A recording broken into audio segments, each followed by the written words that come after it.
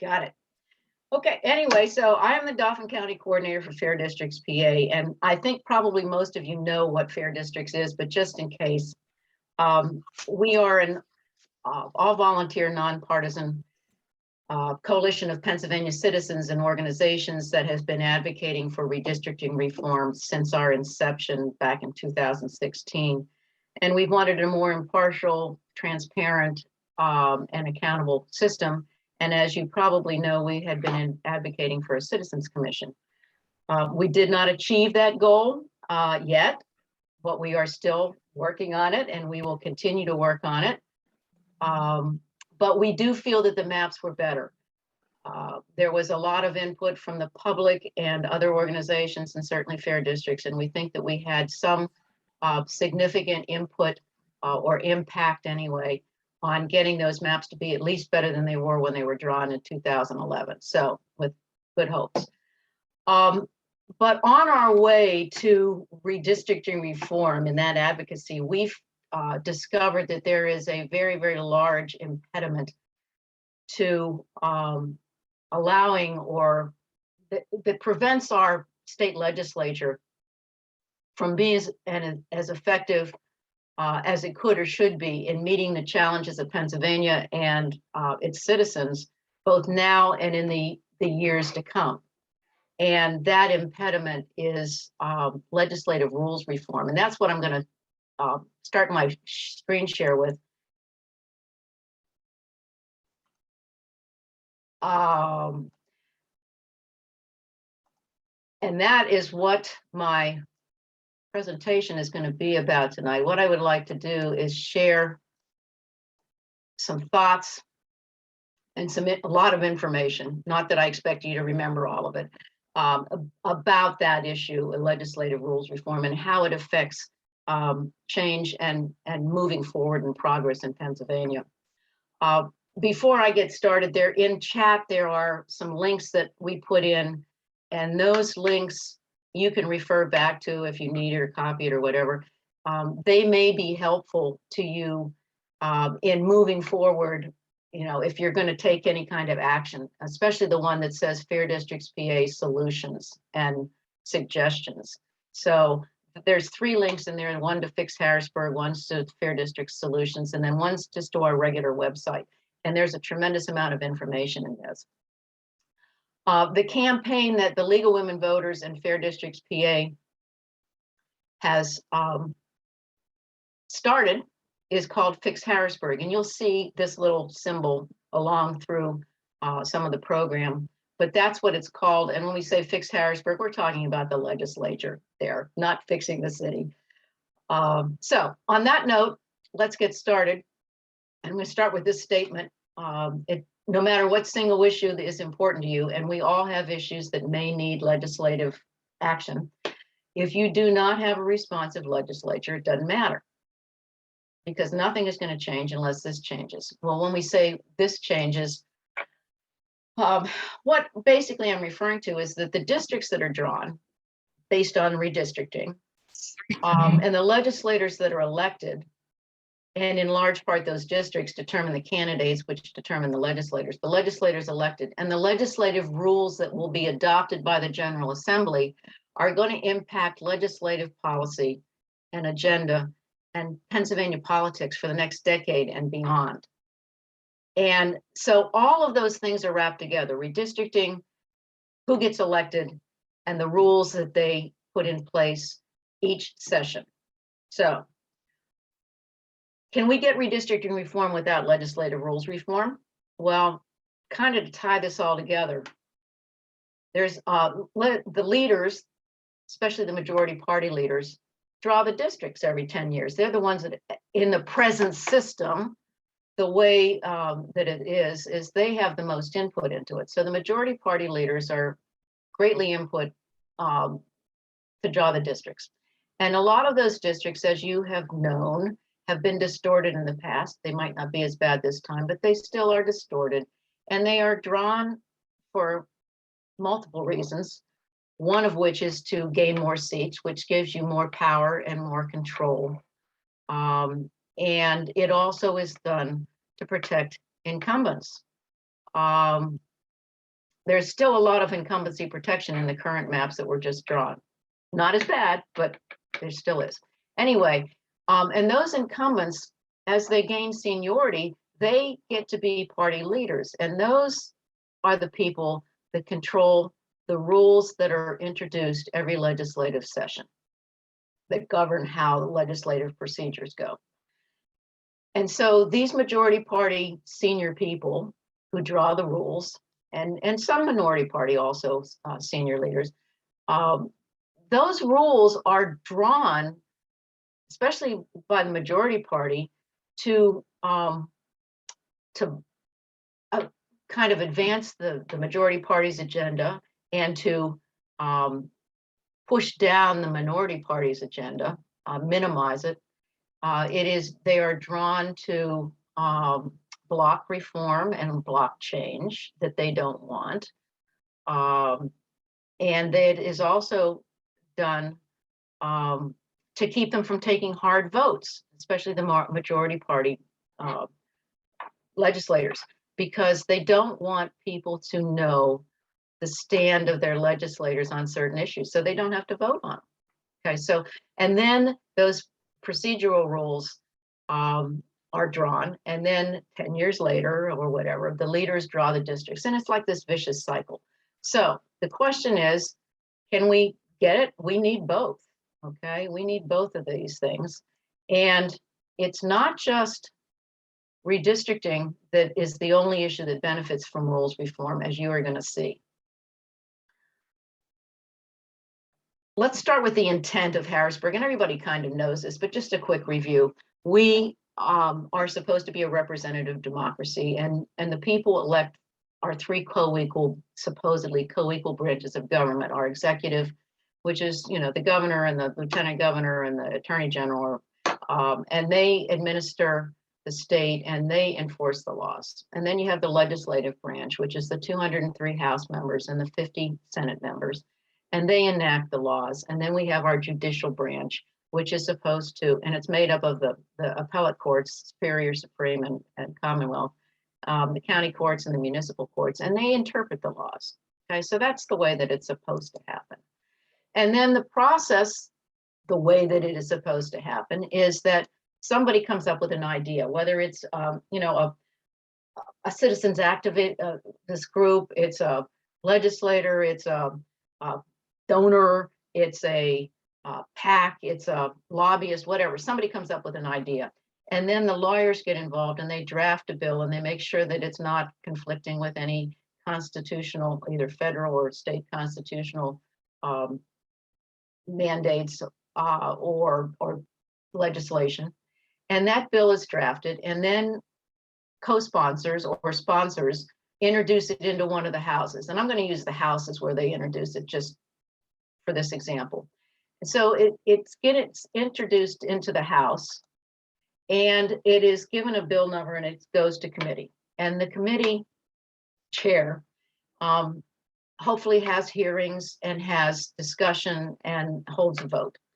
And if it passes in the committee by majority, it goes to the floor of the House, and the majority leader of the floor can advance it on the floor and have debate and amendments and discussion, and then a vote. And then if it passes by majority, it goes to the other chamber. And in this case, it would be the Senate chamber. It goes through the same process over there. It goes through the committee, because it's assigned a committee. Committee chair holds hearings or discussion, has a vote. It gets voted out, maybe. It goes to the floor. The majority leader can put it on the floor for debate and vote. And then if it passes, it goes to the governor. And the governor can either veto it, and it goes back to the original House or Senate, wherever it originated. And they can either try to override it. And if they can override it in one chamber, they can try to override it with a 2/3 majority in the other chamber, or it dies, or the governor can sign it into law. That's the way things are supposed to happen in Harrisburg.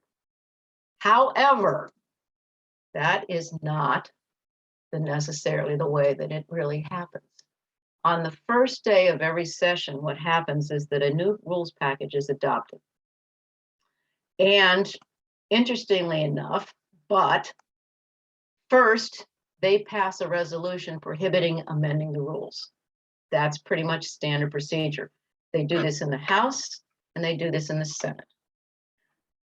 So then they pass the rules. So when they pass the rules, there has been no time for review by the legislators. They get this kind of at the last minute, maybe a day before if they're lucky and if they're the majority party. Might be the day of if they're minority party. There's no time for review by the legislators or the public. There's no legislator input or public input. And basically the majority party pressures their people to vote for it.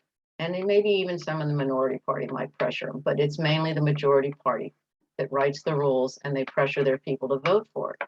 This is kind of counterintuitive. Okay, so because they pass a resolution saying, well, you can't amend the rules before they ever pass the rules.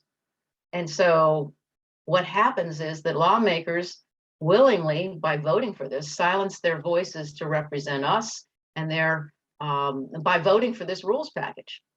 And one of the things that we're trying to keep from happening, maybe the next session after that, is to have people think and not vote for those things on the first day. So Harrisburg, this is how it really works. Any one of 6 majority party members in our legislature can single-handedly block any bill. Just one of them can block any bill. And it's regardless of the legislative support and it's regardless of the amount of public support. And those 6 people are in the House. It's the House committee chair where that bill would be assigned, or the House majority leader, or the Speaker of the House. Any one of those 3 can kill it. In the Senate, it's the same thing. The Senate committee chair where the bill resides, the Senate majority leader, or the Senate president. Anywhere along the line, any one of those 6 people can make a bill stop in its tracks. And what's kind of interesting is that the president pro temp, the Senate president, or the Speaker of the House appoints these committee chairs, and they're all from the majority party. And the committee chairs are the ones that decide whether a bill gets a hearing or a vote. So they can stop it in its tracks right in committee.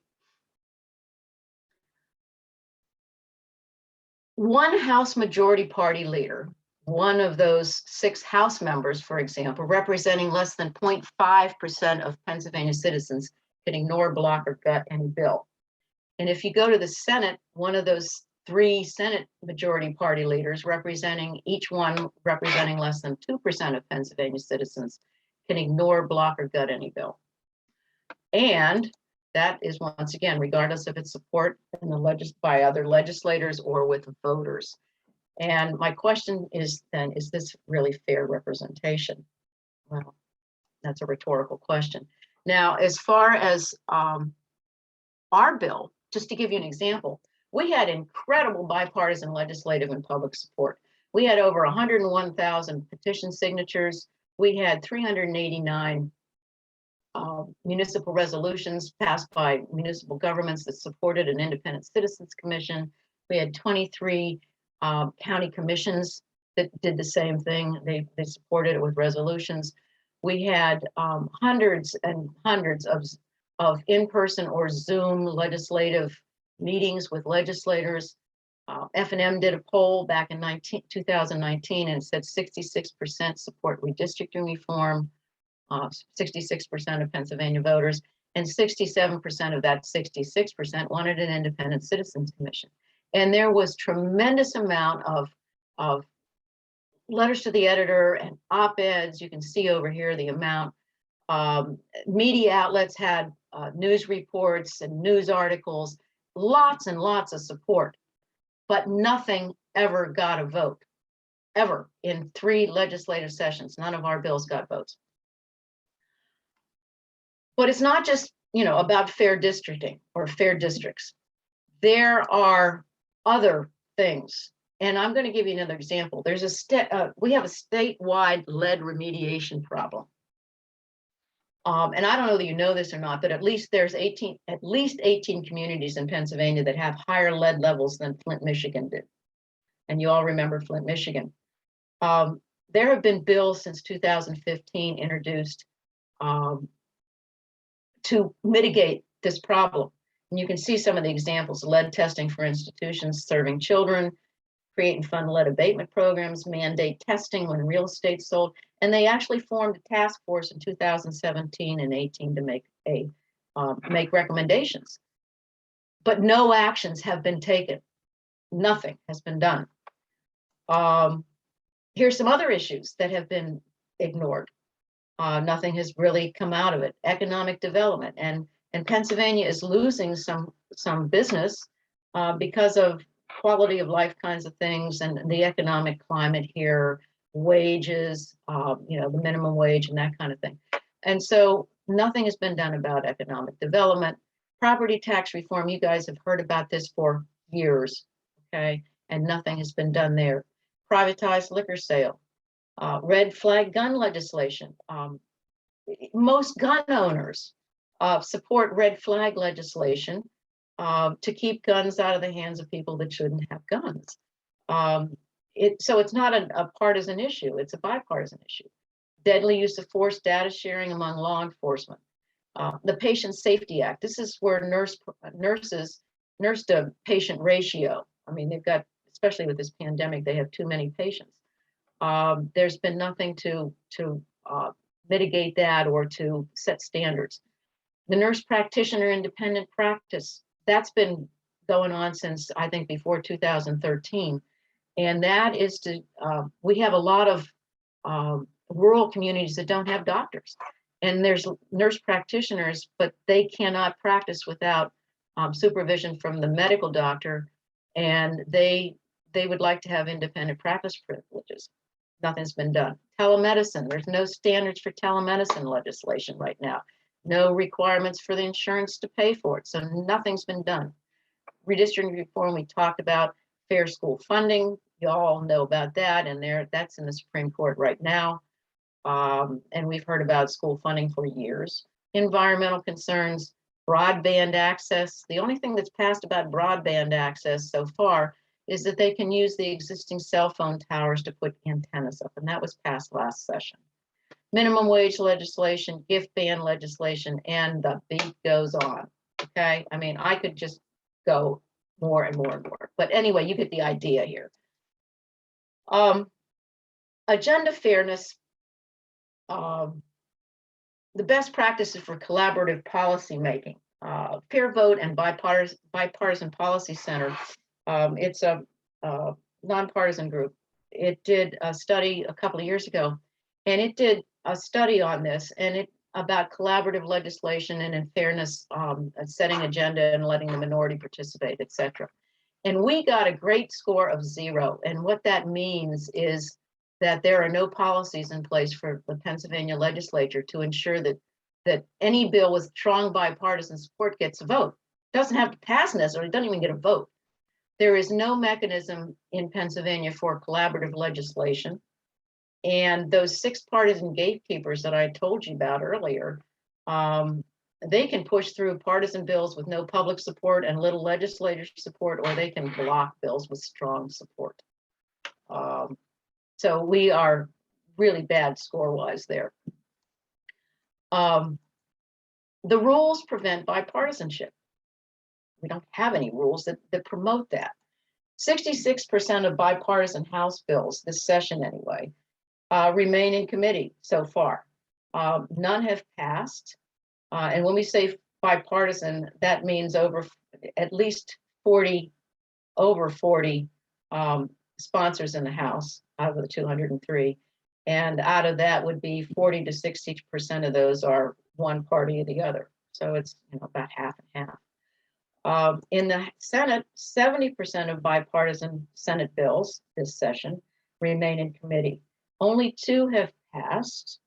And that, when we say bipartisan, that's greater than 10%, or not 10%, 10 co-sponsors.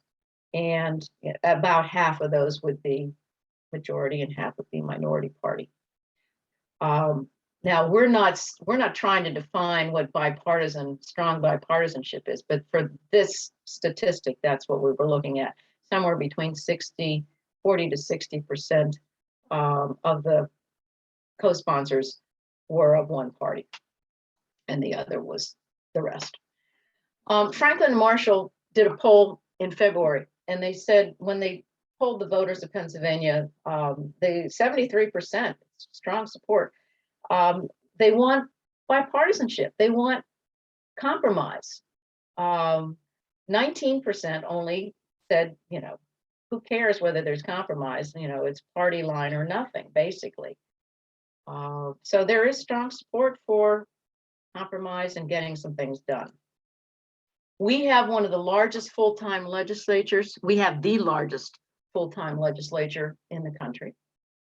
It is also one of the most expensive. We're third behind California and New York as far as salaries and what it costs to pass a bill, etc. And we are we are the least productive, or among the least productive. Question is, shouldn't the legislature legislate? Well, that's what they're there for. But more than 80% of all bills die in committee. This is year after year after year. 60% of bills passed by the House don't get a Senate vote. Half of or more of the Senate passed bills don't get a House vote. So it might pass one House, but it won't happen in the other House. And the average of bills enacted per session coming out of the House, if they originate in the House, only 6%. And if they originate in the Senate, only 7%. Our government in action, this is the 2019 and 20 session. And there was 4,199 bills introduced. You can see these up here, that's this. And 3,646 died in committee, which is greater than 81. I mean, and that's a lot of bills to pass anyway. And a lot of them, and many died. A lot of them are frivolous kinds of bills or whatever, but and it costs a lot of money to pass these bills. Only 285 were enacted out of 4,199 in the whole 1920 session. Minority-sponsored bills seldom pass the House, and this goes from 2001 all the way to 2021, all those sessions. And the blue is minority, and the red is majority, or R is Republican enacted, and the blue is D enacted. And if you look across here, you'll see in 2007 and 8 and 2009 and 2010, there was a higher number of Democratic enacted bills. And that was the two sessions where the Democrats actually controlled the House. The rest of the time, the Republicans have controlled the House. And in the Senate, you see the same thing, R enacted bills and D enacted bills. Very few Democrat enacted bills. And the Democrats have not controlled the Pennsylvania Senate since at least 2001. So you will see mostly it's majority party enacted bills when bills pass at all. So a few small changes will help fix Harrisburg. And one we're looking at, and we're not asking for the world here, and we're not asking for all bills to pass, but guarantee bipartisan bills a vote. And if they pass in committee by bipartisan majority, then fine, then go to the floor. And if they pass on the floor in bipartisanship, then they should go to the other house and get a vote in the other chamber. So that's what we're asking for, kind of with our Fixed Harrisburg campaign. However, there are other things that can, be done, I'm sure. But understand that leaders aren't going to give up this power. They are the least amount of motivation to get rid of their power. And so we have to demand it. So what can you do? Well, there's a couple of things. Sign the petition if you have not already. It's at fixharrisburg.com. I also, in the chat, one of those links is a link to the petition, or you can take a picture up here of our quick reference code. But it would be one thing. If you are a writer, If you like to write a letter to the editor or an op-ed. Tell legislators to support. Also, tell legislators if you are going to a legislative meeting or you're writing or calling your legislator to support fair rules and processes. And on these candidate forums, if there's any candidate forums or you run into candidates, ask them these questions. Do you favor reforming the legislative rules? And get their opinions. And would you vote to prohibit amending the legislative rules? Do you agree bipartisan bills should get a vote in committee, on the floor, and in both chambers? Those are some of the questions to stimulate their thought process and try to get them to understand that on the first day, they shouldn't necessarily just vote for these rules without having the ability to amend them or to at least look at them and see whether they are fair. Some other things, citizenship is a contact sport. You got to stay involved. And one of the things, although I'm talking to you tonight, you all have people that you know or other groups that you may belong to. Request a Fix Harrisburg presentation for your group. Help us kind of spread the word. Encourage organizations and school boards and municipal governments to sign our Fix Harrisburg resolution and join the Fix Harrisburg campaign. There is a resolution that it will be on the website, on our website. It's just like the resolutions they passed for Citizens Commission. This is another resolution to support these rules reform. And as I said in the chat, I have put these same web links to take you to the Fair Districts PA webpage. There is if you haven't ever visited or if you haven't been there for a while, there is a tremendous amount of information that you can gain from that to support a lot of the things that I'm saying. It's all nonpartisan, you know. Then there is the solutions page, and a lot of the solutions that I just went over are on that page, and it will direct you to how to write an op-ed or a letter to the editor. It will give you ways to do things. It'll give you talking points. It'll give you all kinds of things. So both of these pages are excellent. And then there is the link to the Fix Harrisburg .com, which takes you right to the petition and the Fix Harrisburg landing page. So those are some of the things that you can do to help. And with that, I am open to questions and answers, and I'm going to stop my screen sharing. So anybody have any questions? Or Duffy, are there any questions in chat that we need to address? Yeah, so what we'll do here is we'll go down the list. When I call your name, you may read your question out loud. Okay? Try to go down. I had the first one. Going back to all the stuff you listed, like the lead and the ones that seem like no-brainers, frankly, what are some of the reasons they have for keeping that from being voted on? First of all, they don't need a reason, okay? They just don't like it, or they don't think it's going to play well with their constituents, or they don't like the person that introduced it, or they don't like the other party if it was introduced by the other party, or I mean, they don't really need a good reason, Duffy. Well, I was wondering if there were lobbies that might be fighting too. Like, I guess yes. I could see maybe the lead, like, I don't know, builders or contractors or something not wanting to have to, or landlords or something not wanting to have to deal with the lead or something like that. But sure, but you won't know that necessarily because it's behind the scenes. But that's dark money, lobbyists, all of that goes into this. And so you may never know why it is killed or why nothing happens with it. Or they might give you some other reason that is really not the real reason. It just is the fact that it isn't there.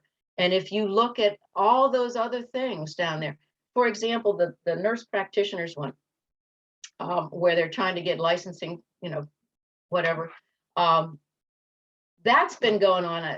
And the Senate has passed that bill in 3 legislative sessions with great support. The House didn't do anything. So it went to the House, and then the House didn't do anything with it until the last session. And last session, they passed what they called HB 100, which was a bill, but they never reconciled those bills. They just let them die. For whatever reason, we don't know. And it, once again, could be lobbyists, it could be whatever behind the scenes, but they just let them die. And now it's back in, only in the Senate, it's SB 25, but it's not going anywhere, it's stuck in committee. And as I said, the committee chair can stop that bill just by not bringing it up in the committee. Or if it gets out of committee, it can be stopped on the floor. Or if it gets stopped on the floor, if it doesn't get stopped on the floor, when it goes to the other chamber, it'll get stopped because nobody does anything. So that's a long answer to your question. I don't know whether I did it very well, but that's basically it. All right, Katie, you've got the next one in line. Yeah, just quickly, Gina, do we know what the rules are that they're voting not to amend? No. That'd be the first place to start, you know. Yeah, I mean, you Why? can probably get into the legislative rules, and some of them are consistent, somewhat consistent over the years, but they do this every legislative session. They start and they do a new rules package with some maybe the old rules and some new rules and some things, but you will not know as a citizen, and quite frankly, up to this point, and probably maybe even this time around, the legislators won't even know what's in that package until, for example, I think it was two sessions ago or last session, the Democrats got that legislative package a half an hour before they went on the floor, before they showed up. I think the Republicans got it maybe the night before, the rank and file legislators to look at it. Public never sees it at this point. So that's why we're saying this is not fair. I mean, they should have time to review this stuff and look at it and know what's in it, both as legislators, and we as the public should have time to look at it and review it and input to our legislators. And that's why on the first day when they do this, and they vote, first of all, to not be able to amend the rules, and then they pass the rules package. I mean, it's totally counterintuitive, and it defeats the purpose. And they should, if they're going to do it on the first day, and the excuse that they will give is that we have to have rules because we're going to have committees. You know, we've got to have rules. Okay, fine. If you want some rules, make sure that they are amendable rules, and make sure that you are going to address those rules as change is needed. So that's some of the things that we're advocating for. Thanks. Yep. All right, Pat, you're up. Oh, you're on mute, Pat. You gotta unmute yourself. I don't have a question. I just had a comment that we pay them the most and they're supposed to be full-time and they do less than anybody I've ever seen in my life. You could have summed up my whole presentation into that right there. So, thank you, Pat. Yes. Katie, your one about bipartisan is the next one. Okay. Oh yeah, I wondered, I guess there are a couple things that I'm interested in knowing specifically numbers wise. I think more important is if it's a bipartisan bill, how are you defining bipartisan? We're trying to stay away from that, Katie. It's not our job to define bipartisan. That is up to the legislators that make these rules, okay, or that are involved in this. So we're staying away from that. That one slide that I showed you about bipartisanship, where I said 40 to 60% of one party, you know, at least, that was just for that slide when we did those statistics. But we're staying away from that, you know, as far as, I mean, there's a number of ways to do that. Some states say, well, it's got to be at least 20 of each party. Some states might define it some other way. I mean, there's other ways to do that and to promote more minority input. We just are staying away from that and letting that up to the legislature.